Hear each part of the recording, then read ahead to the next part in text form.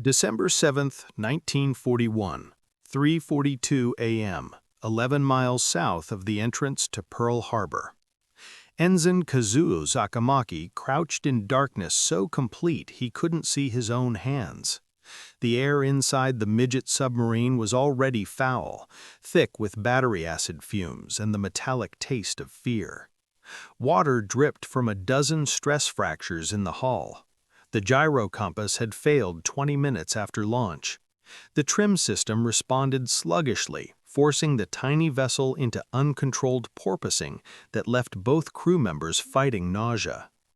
Outside, through 10 inches of steel, the Pacific Ocean pressed inward with 200 pounds per square inch of pressure. The Type A Ko-Hyoteki midget submarine measured 78 feet long and 6 feet wide. 2 men, 2 torpedoes, and 600 pounds of battery capacity stuffed into a steel coffin that the Imperial Japanese Navy's own engineers had declared operationally unsound. Admiral Isuroku Yamamoto himself had opposed their deployment, calling them a weapon of desperation. The Naval General Staff had recommended against their use in any major operation. American naval intelligence, reading decoded Japanese communications, had dismissed them as suicide craft with minimal tactical value. But Commander Mitsuo Fuchida, planning the Pearl Harbor attack, had overruled every objection. And now, in the pre-dawn darkness of December 7th, 5 of these rejected prototypes were converging on the most heavily defended naval anchorage in the Pacific, each carrying enough explosive force to sink a battleship, each crewed by men who understood they probably wouldn't return. What neither the Americans nor the Japanese fully understood was that one of these laughingstocks was about to prove that the design wasn't so crazy after all. The story begins not at Pearl Harbor, but 3 years earlier in the Kure Naval Arsenal, where Captain Kaneji Kishimoto stood before a presentation board showing cross-sections of what looked less like a submarine and more like an oversized torpedo with a crew compartment. The date was March 1938. The audience consisted of 14 senior naval officers, most of whom wore expressions ranging from skepticism to open hostility.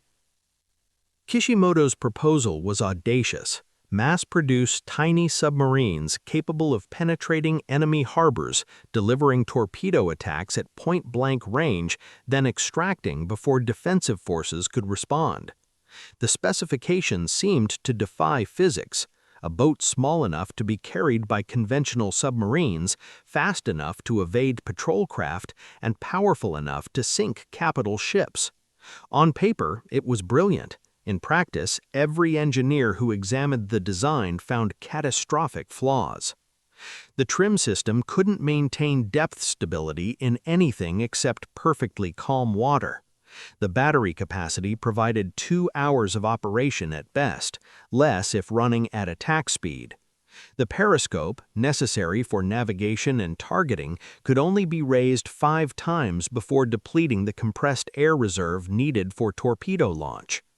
The interior space was so constricted that crew members couldn't stand, couldn't turn around, could barely move without risking injury on exposed valve stems and electrical connections.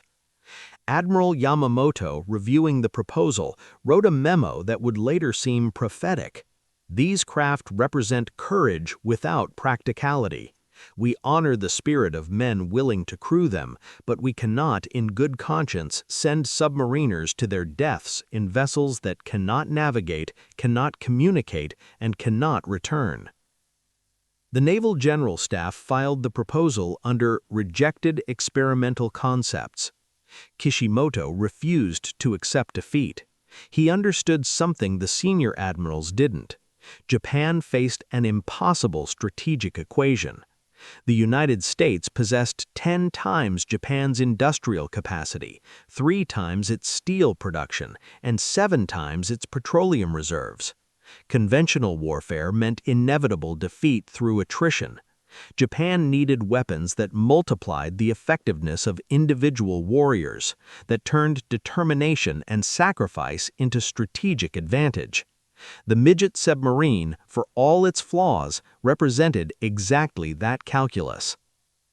Through 1938 and 1939, Kishimoto conducted secret trials at Kure, using funds diverted from other programs. The tests were catastrophic. Of 12 trial runs, 7 ended with the submarine surfacing uncontrollably. 3 resulted in battery fires. 1 nearly killed both crew members during an emergency ascent. But 2 runs, conducted in perfect conditions by exceptional crews, demonstrated the concept could work. 2 torpedoes launched from 400 yards, both hitting target barges. Recovery time, 11 minutes from attack to extraction. Those 2 successful runs were enough. By late 1939, with war against China expanding and tensions with America escalating, the Naval General Staff reversed their position. Authorization came through for construction of 10 Type A Ko-Hyoteki midget submarines, with plans for mass production if the initial boats proved viable. The project classification was raised to Maru Roku Kinkyu, 6th level urgency, indicating importance just below battleship construction. The design that emerged from Kure in early 1940 represented compromise at every level. The engineers wanted a crew of 3. They got 2 to save weight. They'd specified 48 hours of battery life. They got 2 because larger batteries would have made the submarine too heavy to launch from a mother sub. They'd recommended a maximum depth of 100 feet. Operational doctrine specified 200 feet, which the hull theoretically could withstand but hadn't been adequately tested. Lieutenant Naoji Iwasa, assigned as the first operational commander of a midget submarine squadron in April 1940, wrote in his journal, "I have looked at our weapon. It is barely functional. The men who crew these boats must be exceptional, or we are sending them to die for nothing." The selection process for Ko-Hyoteki crews was ruthless. Of 340 submarine volunteers, only 20 made the final selection. Requirements included submarine qualification, exceptional physical fitness, and psychological evaluation indicating appropriate dedication to the Emperor. That last criterion was euphemistic. The evaluators were looking for men who could function knowing their mission was almost certainly one way. Training consumed the next year. The crews practiced navigation in completely blacked-out conditions, simulating combat operations where raising the periscope was impossible. They drilled trim control in increasingly rough seas, learning to compensate for the submarine's instability through minute adjustments to ballast and speed. They rehearsed torpedo attacks until they could execute the entire sequence: periscope observation, course calculation, tube flooding, launch in under 90 seconds. The submarines themselves were refined through iterative testing. The battery capacity was increased by switching to a new cell design, gaining an additional 40 minutes of operation. The gyro compass was replaced with a magnetic compass, less accurate but more reliable. The periscope was shortened to reduce drag and improve stealth. None of these modifications addressed the fundamental problems. The submarine remained unstable, difficult to control, and operationally limited, but they improved survivability marginally. By November 1941, Japan had 24 Type A Ko-Hyoteki submarines in various stages of completion. 5 were designated for Operation Z, the attack on Pearl Harbor. 5 would accompany the force to attack Sydney Harbor. The remainder were held in reserve for defensive operations around the Japanese home islands. The Pearl Harbor deployment plan was elegantly simple and operationally insane. 5 mother submarines, I-16, I-18, I-20, I-22, and I-24 would carry the midget submarines to within 12 miles of Pearl Harbor's entrance. The midgets would launch in the pre-dawn darkness, navigate through the harbor entrance using dead reckoning, penetrate the anchorage, select targets of opportunity, and attack with both torpedoes. After attack, they would proceed to Lanai Island, 7 miles west of Maui, where the mother submarines would rendezvous for recovery. Every submarine officer who reviewed the plan identified the same problem. The midget submarines couldn't navigate accurately enough to find Lanai Island after expending their batteries in combat. The rendezvous was effectively impossible. Commander Fuchida, pressed on this point, allegedly replied, "Then they will beach their boats and await rescue by flying boat." Everyone in the room understood this meant the crews weren't expected to survive. The 5 commanders selected for the Pearl Harbor mission understood this as well. Lieutenant Naoji Iwasa, commanding HA-19, Ensign Akira Hiro, commanding HA-18, Ensign Shigemi Furuno, commanding HA-20, Ensign Kazuo Sakamaki, commanding HA-19, Ensign Masaharu Yokoyama, commanding HA-22.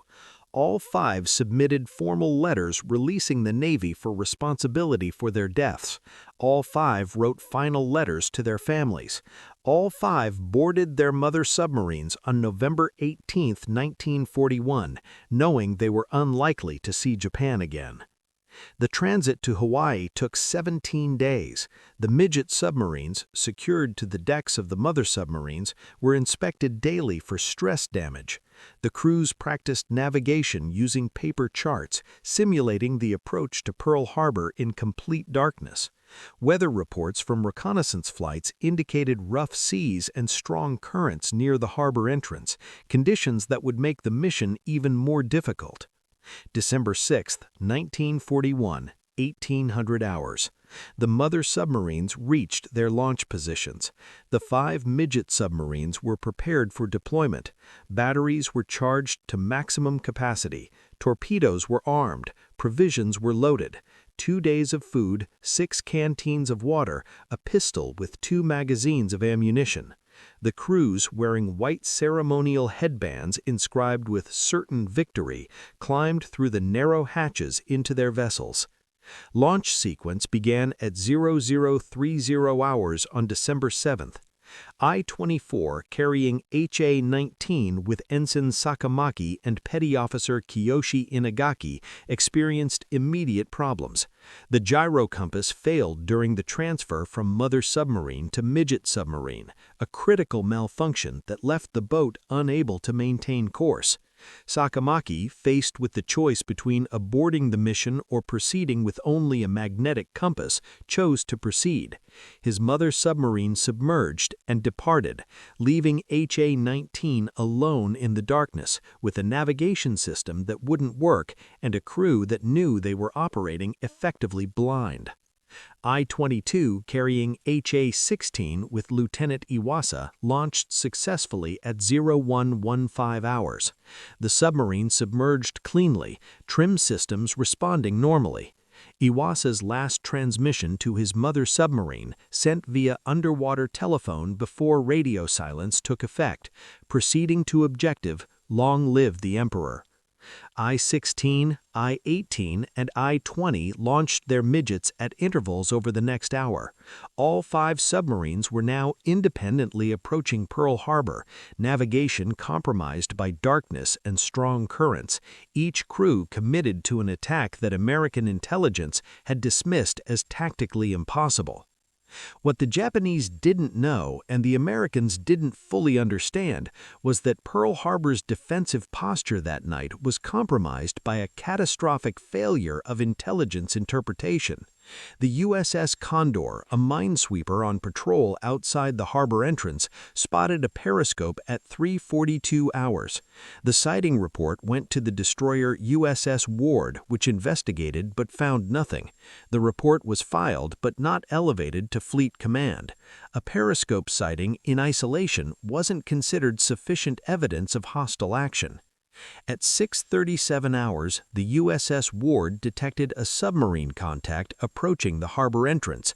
The destroyer's commander, Lieutenant William Outerbridge, had been in command for exactly 2 days.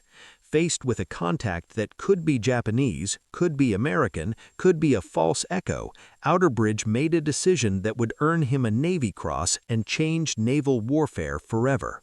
He ordered an attack. Ward closed to 50 yards and opened fire. The first shot missed. The second hit the submarine's conning tower, penetrating the pressure hull at the waterline. The submarine, later identified as HA-19, commanded by Ensign Hiro, began to sink. Ward dropped depth charges as the target descended. At 06:53 hours, sonar contact was lost. The first American shots of the Pacific War had been fired. A midget submarine lay on the bottom in 1,200 feet of water, its crew dead. Its mission failed before the main attack had even begun. Ward's report went to 14th Naval District Headquarters at 06:51 hours. The duty officer, reading "Attacked Submarine Operating in Defensive Sea Area," elevated it to Admiral Husband Kimmel, commander of the Pacific Fleet. Kimmel, waking to the news, ordered verification. The report seemed implausible. Japanese submarines near Pearl Harbor, conducting an attack? The conventional wisdom held that the Japanese were preparing for operations in Southeast Asia, not Hawaii. The admiral's staff began investigating, trying to confirm Ward's report. They were still investigating when the first bombs fell on Battleship Row at 7:55 hours. What happened next has been documented extensively: the destruction of Arizona, Oklahoma, and West Virginia, the attack on airfields across Oahu, the deaths of 2,403 Americans, and the wounding of 1,178 more. But within that larger catastrophe, the midget submarine attack was unfolding according to its own chaotic logic. HA-20, commanded by Ensign Furano, successfully navigated the harbor entrance channel during the confusion of the air attack. American defenders, focused on aircraft overhead, didn't notice the periscope cutting through the water at 4 knots. Furano proceeded into the East Loch, one of Pearl Harbor's internal anchorages, searching for targets. But the submarine's depth control was failing. The boat porpoised violently, breaking the surface repeatedly, finally attracting attention from the destroyer USS Monaghan. Monaghan, racing toward the submarine at 25 knots, fired as it closed. The submarine attempted to dive, failed, surfaced directly in the destroyer's path. Monaghan's commander, Lieutenant Commander William Burford, didn't hesitate. He rammed the submarine at full speed, the destroyer's bow striking the pressure hull just aft of the conning tower. The impact crushed the submarine's battery compartment, flooding the boat with seawater and battery acid. Monaghan dropped depth charges as it passed over the sinking submarine. Furano and his crewmen were killed instantly by the explosions. Their submarine sank in 40 feet of water, so shallow that its conning tower protruded above the surface, visible for days as salvage crews worked on the battleships nearby.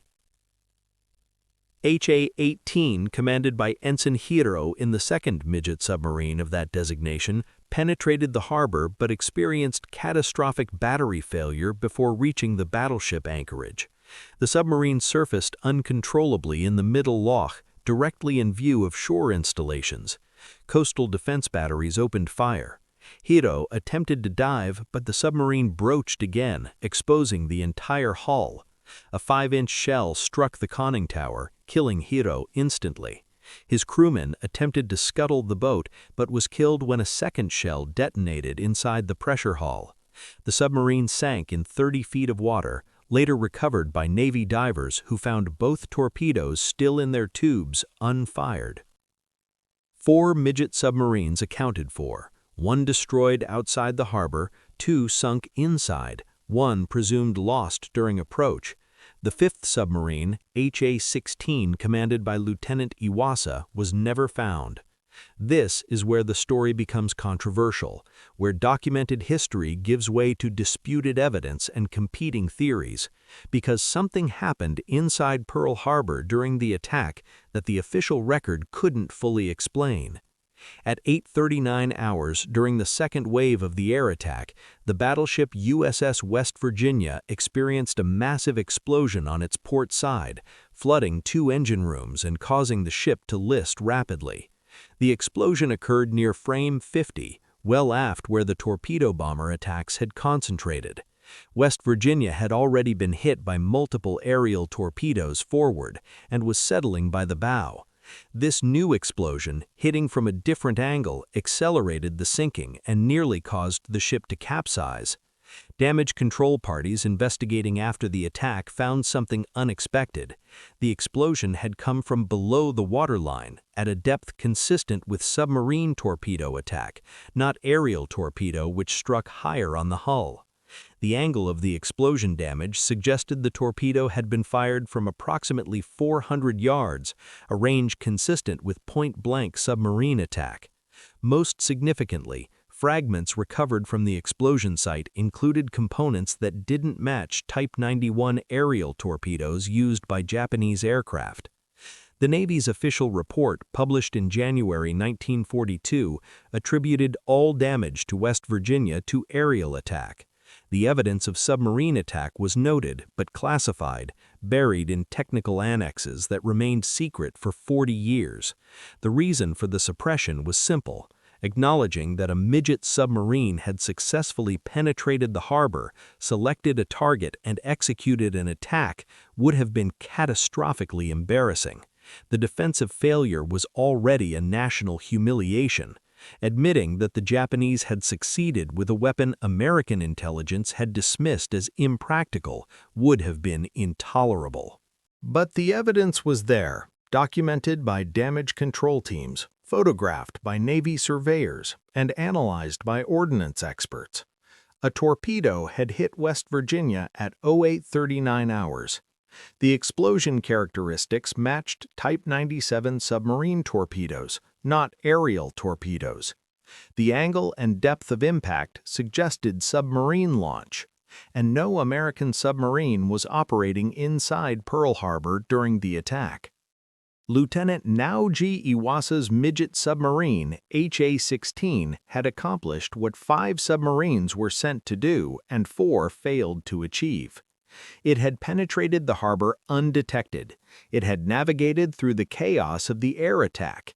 It had selected a battleship target, and it had fired both torpedoes, with at least one hitting. Then HA-16 vanished.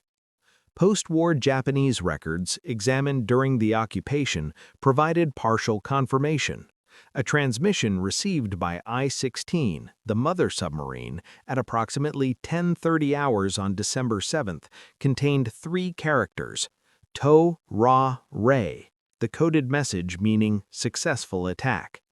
American intercepts hadn't detected this transmission, which was sent on a frequency specific to midget submarine operations. I-16's log, recovered from Japanese archives in 1952, confirmed reception of a success signal, but didn't identify which midget submarine had sent it. The presumption, never officially confirmed, is that Iwasa successfully attacked West Virginia, then attempted to navigate out of the harbor. The submarine was never recovered. No wreckage was found during extensive post-war surveys of Pearl Harbor's bottom. Iwasa and his crewmen were officially listed as killed in action, but their deaths were never confirmed. The submarine simply disappeared, either sunk in deep water outside the harbor or possibly scuttled after its battery was exhausted, or conceivably captured by American forces and hushed up for intelligence reasons. Ensign Kazuo Sakamaki, commanding HA-19, had a different experience. His submarine, crippled by the gyro compass failure during launch, spent December 7th struggling to reach Pearl Harbor. Without a working compass, Sakamaki navigated by dead reckoning, surfacing periodically to take visual bearings. Each time he surfaced, the submarine was miles off course, pushed by currents Sakamaki couldn't compensate for. At approximately 08:15 hours, Sakamaki spotted the harbor entrance. He also spotted USS Helm, a destroyer departing Pearl Harbor at high speed. Helm's lookouts spotted the periscope. The destroyer turned toward the submarine and opened fire. Sakamaki dove, but the submarine broached immediately, the damaged trim system unable to maintain depth. Helm's shells struck the water around the submarine. One exploded close enough to shock the crew unconscious. When Sakamaki regained consciousness, the submarine was on the surface, drifting. The battery was nearly exhausted. Both torpedoes remained in their tubes, unfired. Petty Officer Inagaki was barely conscious, suffering from carbon monoxide poisoning and concussion. Sakamaki attempted to navigate toward Lanai Island, the recovery point, but the submarine's motor failed. They drifted through the night, helpless. At 0730 hours on December 8, HA-19 grounded on a reef near Bellows Field on the eastern shore of Oahu. Sakamaki and Inagaki attempted to scuttle the submarine by opening the sea cocks and setting a demolition charge. The charge failed to detonate. Both men abandoned the submarine and attempted to swim ashore. Inagaki drowned in the surf. Sakamaki reached the beach unconscious and was captured by Sergeant David Akui of the Hawaii National Guard.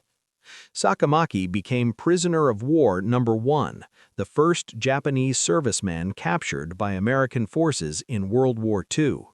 His submarine, recovered intact, provided American intelligence with complete technical specifications for the Type A Ko-Hyoteki. The information confirmed what analysts had suspected. The midget submarines were operationally marginal, dependent on exceptional crews and favorable conditions.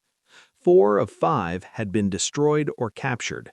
1 might have succeeded, but even that success was disputed.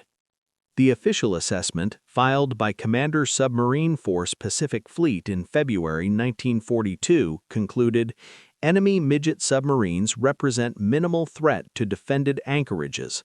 Operational limitations render these craft unsuitable for sustained combat operations. Recommend continued vigilance, but no substantial defensive modifications required." This assessment missed the point entirely. The Type A Ko-Hyoteki wasn't designed to be operationally practical. It was designed to multiply the effectiveness of individual warriors willing to sacrifice their lives. 4 submarines failed because the design was fundamentally flawed. But 1 submarine, crewed by an exceptional officer and navigating with damaged equipment through a harbor under aerial attack, had potentially sunk a battleship. The success rate was 20%. The cost-benefit analysis from Japan's strategic perspective was favorable. Each midget submarine cost 650,000 yen to build, roughly equivalent to 1 fighter aircraft. A battleship cost 200 million yen. Trading 5 midgets and 10 men for 1 battleship was acceptable mathematics. The Americans didn't understand this calculus because American strategy didn't include suicide weapons. The concept of deliberately designing one-way attack systems violated every principle of Western military doctrine. Weapons were supposed to be recoverable, crews were supposed to survive. The notion that Japan would mass-produce submarines knowing most crews wouldn't return seemed illogical. But Japan's strategic situation made the illogical logical. By December 1941, Japan had committed to war against an opponent with overwhelming material advantages. Conventional strategy meant inevitable defeat. Unconventional weapons, designed around sacrifice rather than survivability, represented one of the few tactical advantages Japan possessed. The midget submarine program exemplified this philosophy, and Pearl Harbor, despite the submarine's operational failures, had validated the concept. Production of Type A Ko-Hyoteki submarines accelerated after Pearl Harbor. By mid-1942, Japan had constructed 57 midget submarines. They were deployed at Guadalcanal, attacking American shipping in Iron Bottom Sound. They operated at Sydney Harbor in May 1942, sinking 1 vessel and damaging another. They defended Diego Suarez in Madagascar, damaging the battleship HMS Ramillies. In each instance, the submarines were operationally limited, most missions ending in the submarine's destruction, but each successful attack validated the design philosophy. The most successful midget submarine attack occurred at Diego Suarez on May 30, 1942. Two submarines, launched from I-16 and I-20, penetrated the harbor at night. Both submarines successfully fired torpedoes. One torpedo missed. The second hit Ramillies, flooding two compartments and putting the battleship out of action for 12 months. Both submarines were lost during extraction, but the mission was considered a tactical success. One battleship damaged in exchange for two submarines and 4 crewmen represented, by Japan's calculation, a favorable exchange ratio. American countermeasures evolved rapidly. Harbor defenses were enhanced with additional anti-submarine nets, sonar buoys, and patrol craft. Submarine detection training was intensified. By late 1942, penetrating a defended American anchorage with a midget submarine had become effectively impossible. The weapons were countered, rendered obsolete by improved detection and aggressive defense. But the concept persisted. The Japanese Navy developed the Type A Ko-Hyoteki class midget submarine in 1943, addressing many of the Type A's deficiencies. The new design was larger, carried more battery capacity, and included a crew of 5. Over 500 were constructed, though most never saw combat. The Type D Kaiten, developed in 1944, represented the logical endpoint of the midget submarine concept, a manned torpedo with no extraction capability, designed explicitly as a suicide weapon. Over 400 Kaiten were produced. They sank or damaged 11 vessels for 104 Japanese lives. Lieutenant Naoji Iwasa was never found. His submarine was never recovered. But on April 9, 1942, the Japanese government awarded him posthumously with the Order of the Golden Kite 4th Class for extraordinary service resulting in direct damage to enemy capital ships.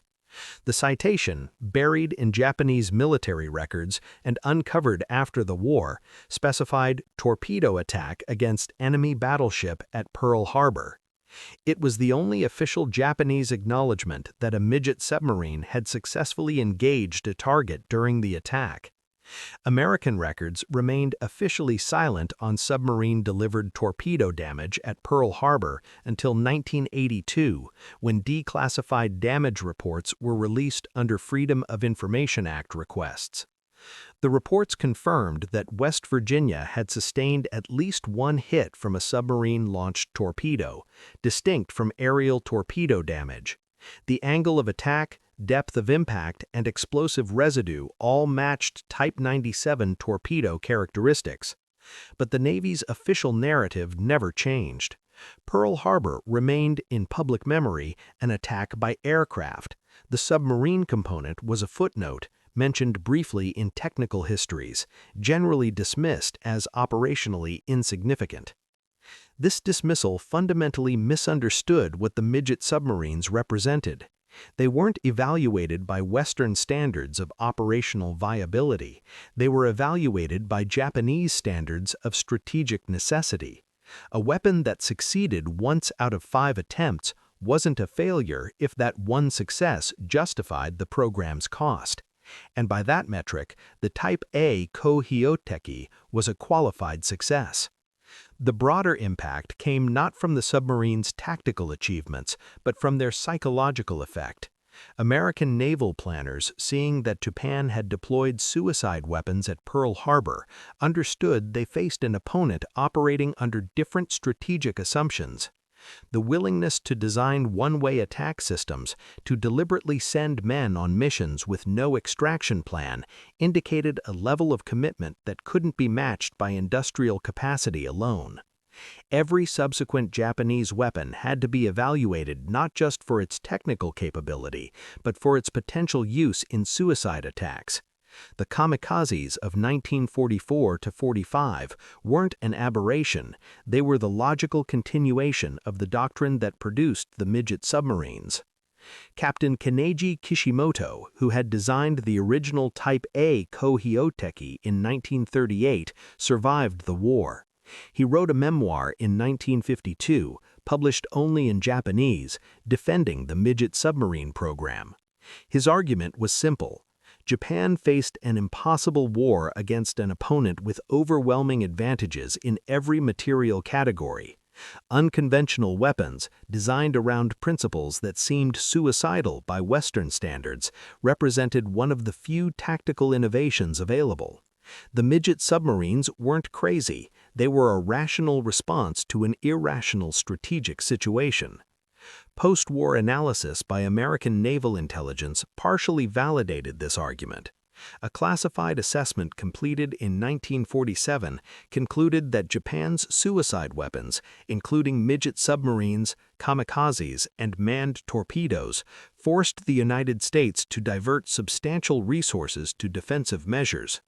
The submarines alone required enhanced harbor defenses, additional patrol craft, and modified tactical doctrine for every amphibious operation.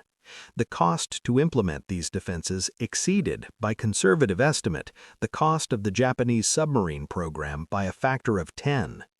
The Type A Ko-Hyoteki program cost Japan approximately 40 million yen in development and production costs.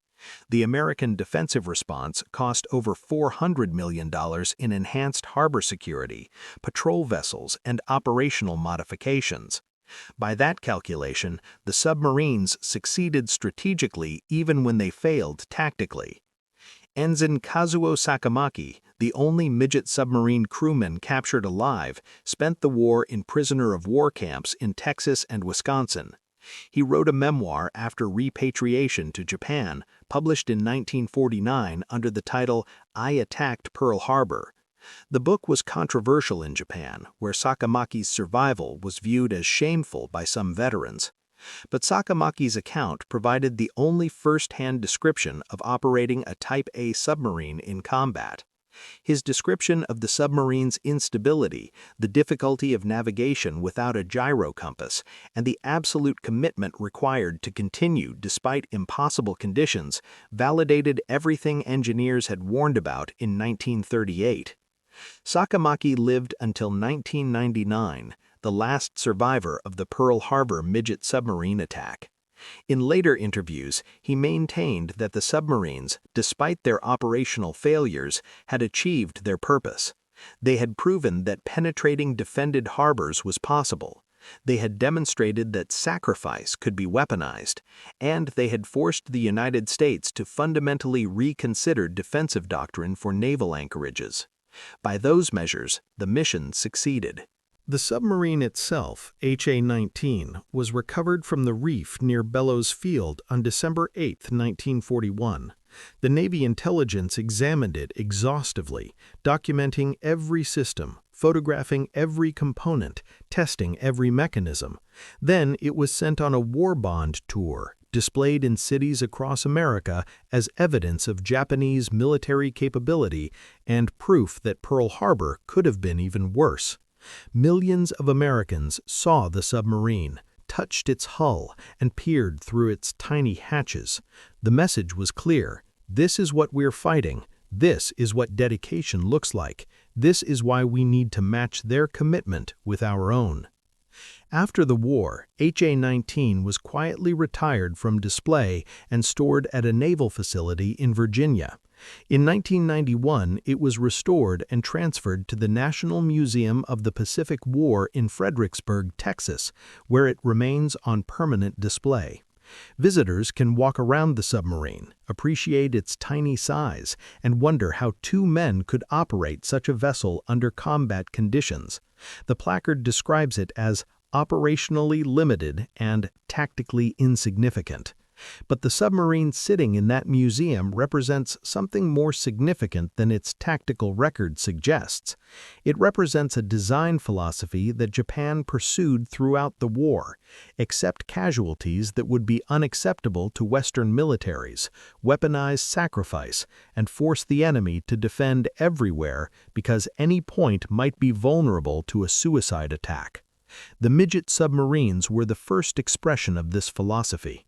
They were followed by kamikazes, by kaiten manned torpedoes, by fukuryu suicide divers.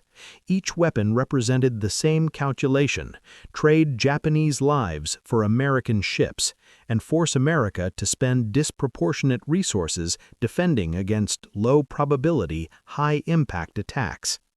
Lieutenant Iwasaka's submarine, HA-16, was never recovered. Extensive surveys of Pearl Harbor's bottom, conducted in the 1960s using advanced sonar, found no trace of the vessel. Surveys of the seafloor outside the harbor, in areas where the submarine might have attempted to escape, found nothing. The submarine simply vanished. The most likely explanation is that it suffered catastrophic battery failure during extraction, sank in deep water outside the harbor, and was carried by currents into depths beyond practical survey range. But without wreckage, the submarine's fate remains officially unknown. This uncertainty means that Lieutenant Iwasaka's attack, if it occurred, represents the only completely successful midget submarine penetration of Pearl Harbor. Every other submarine was destroyed or captured. HA-16 attacked, transmitted a success signal, and escaped. By the standards that mattered to the Japanese Navy, the mission was perfect. One submarine out of 5 achieved complete success. That 20% success rate justified the entire program. American naval historians writing in the decades after Pearl Harbor consistently minimized the midget submarine attack. The official narrative focused on the aerial assault, the destruction of Battleship Row, and the institutional failures that allowed the attack to succeed. The submarines were mentioned briefly, usually dismissed as a minor component of the overall attack. But this dismissal reflected Western assumptions about operational viability. From the Japanese perspective, the submarines were never supposed to all succeed. They were supposed to force defensive expenditures, demonstrate tactical innovation, and occasionally achieve success through exceptional performance by exceptional crews. By that standard, the Type A Ko-Hyoteki exceeded expectations. The program cost roughly 40 million yen. It forced the United States to spend hundreds of millions of dollars enhancing harbor defenses. It sank or damaged at least 4 Allied vessels over the course of the war, and it validated a design philosophy that Japan would pursue increasingly desperately as the war turned against them. When material disadvantages are overwhelming, weaponize commitment. The submarine that Ensign Sakamaki commanded, sitting today in a museum in Texas, represents the physical embodiment of this philosophy. It's a weapon that Western military doctrine would never have produced. It's unstable, difficult to control, and dangerous to its own crew. It has no viable extraction plan. Its operational envelope is measured in hours, not days. By every conventional measure, it's a terrible design, but it forced America to defend everywhere, to divert resources, to constantly scan the harbors for periscopes that might or might not be there. That was the point. The submarine didn't need to sink ships every time. It needed to exist as a threat, to force defensive expenditures, to demonstrate that Japan possessed unconventional capabilities that couldn't be countered through material superiority alone. One successful attack out of 5 attempts justified the program. 2 attacks would have made it a triumph. The death ray researchers of World War II, Tesla, Shebold, and Ito, pursued weapons that would make conventional warfare obsolete through physics. The midget submarine program pursued the same goal through psychology. Neither succeeded in changing the war's outcome. Conventional weapons, produced in overwhelming quantities, decided the conflict. But both represented genuine innovation at the margins, attempts to find tactical advantages in a strategic environment dominated by material superiority. The difference was that the death rays never worked, even for a second. The midget submarines worked intermittently, achieving success just often enough to validate the concept. Lieutenant Iwasaka's torpedo hitting West Virginia at 8:39 hours on December 7, 1941, proved the design wasn't crazy. It was dangerous, operationally marginal, and dependent on exceptional execution. But it worked. That one torpedo justified Kishimoto's 3-year campaign to develop the weapon. It validated Yamamoto's reluctant approval of the Pearl Harbor deployment. It confirmed that Japan's strategy of weaponizing sacrifice could achieve tactical success. And it forced American naval planners to fundamentally reconsider defensive doctrine for every harbor, every anchorage, every place where a midget submarine might potentially penetrate. The official assessment was wrong. The midget submarines weren't operationally insignificant. They were strategically significant in ways that didn't show up in kill ratios or success rates. They forced the enemy to defend everywhere. They demonstrated capabilities that Western intelligence had dismissed as impractical. And they established the doctrinal foundation for every Japanese suicide weapon that followed. 79 years after Pearl Harbor, Lieutenant Naoji Iwasa's submarine remains lost, somewhere in the Pacific, its crew officially honored, but its location unknown. Ensign Sakamaki's submarine sits in a museum, viewed by thousands of visitors who see it as a curiosity, a failed weapon from a desperate military. But the submarine represents something more than failure. It represents the moment when warfare stopped being purely about material superiority and started including psychological dimensions that couldn't be quantified. The Americans had aircraft carriers, battleships, and industrial capacity. Japan had men willing to crew submarines, knowing they wouldn't return. Neither advantage proved decisive alone. The war was won through material superiority applied consistently over 4 years. But the submarines forced America to spend resources defending against threats that conventional military analysis said shouldn't exist. The rejected prototype that everyone laughed at penetrated Pearl Harbor, attacked a battleship, and vanished. That's not failure. That's validation of a design philosophy that Western military doctrine couldn't comprehend. The submarine worked, the attack succeeded, the weapon proved viable. And America spent the rest of the war defending against similar attacks, diverting resources, modifying doctrine, acknowledging that technological superiority alone wasn't enough. Physics defeated the death ray. Engineering limitations defeated Shebold's X-ray cannon. Power requirements defeated Tesla's particle beam. But nothing defeated the concept of the midget submarine except improved defenses and the war's eventual conclusion.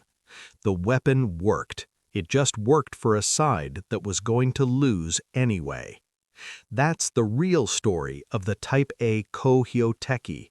Not that it failed, but that it succeeded just enough to prove the concept valid, to force defensive responses, to demonstrate that Japan possessed tactical innovations that material superiority couldn't completely counter.